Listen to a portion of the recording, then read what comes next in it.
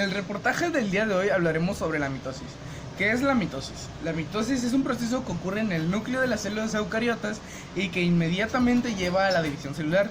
Consiste en el reparto equitativo de material hereditario característico, o sea, ADN. Este tipo de división ocurre en las células somáticas y normalmente concluye con la formación de dos núcleos, que es conocido como cariocinesis, seguido de otro proceso independiente de la mitosis, que consiste en la separación del citoplasma. Es la citocinosis, que forma dos células hijas completamente nuevas. Ok, continuamos con la profase temprana. La profase temprana es cuando la célula comienza a prepararse, a deshacer algunas estructuras y construir otras, para ir así preparando el escenario para la división de cromosomas. Los cromosomas comienzan a condensarse, lo que hace que esto sea más fácil de separarse después, en las siguientes etapas. El huso mitótico comienza a formarse. El huso es una estructura hecha de microtúbulos, fibras fuertes que son parte del esqueleto de la célula. Su función es organizar a los cromosomas y moverlos durante la mitosis, ya que estas no se pueden mover por sí mismas. El nucleolo es una parte del núcleo donde se hacen los ribosomas. Esta desaparece. Esa es una señal de que el núcleo se está listando para descomponerse. Profase tardía. En la profase tardía, a veces también llamada prometafase, el huso mitótico comienza a capturar algunos cromosomas y a organizarlos.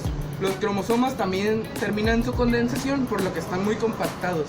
La envoltura nuclear se descompone y los cromosomas se liberan. El huso mitótico crece más y algunos de los microtúbulos comienzan a capturar a los cromosomas.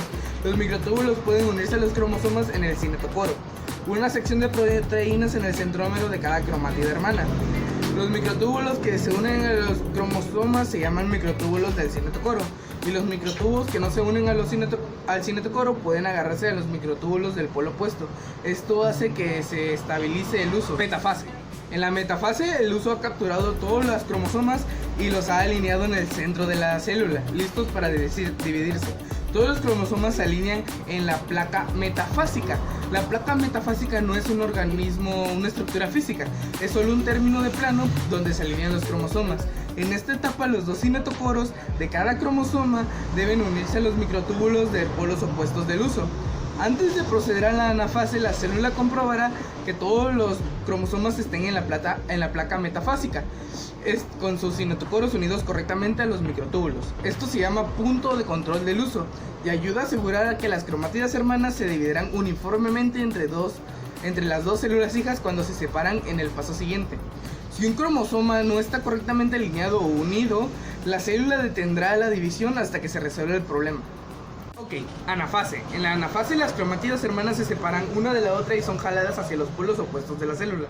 Los microtúbulos que no fueron unidos a los cromosomas empujan a los polos del huso en direcciones contrarias, mientras que los microtúbulos del cinetocoro jalan a los cromosomas hacia los polos.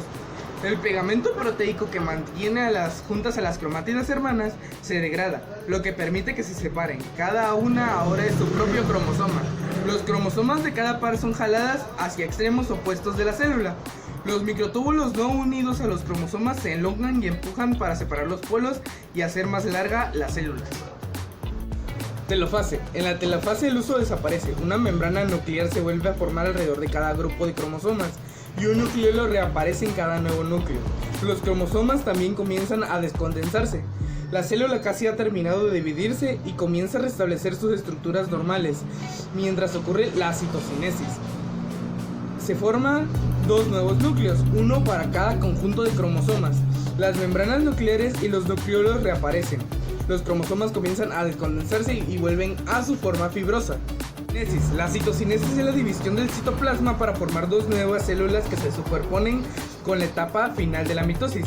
Ya esta puede ser en la anafase o en la telofase, según la célula, y finaliza.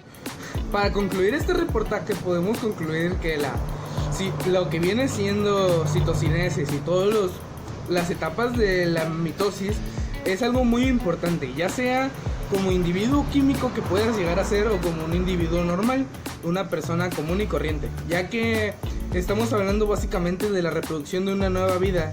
Es algo que podría llegar a ser de interés común para todas las personas y aunque no lo sea, es un conocimiento importante, ya que es una de las formas de saber que una nueva vida se genera debido a este procedimiento que se lleva a cabo.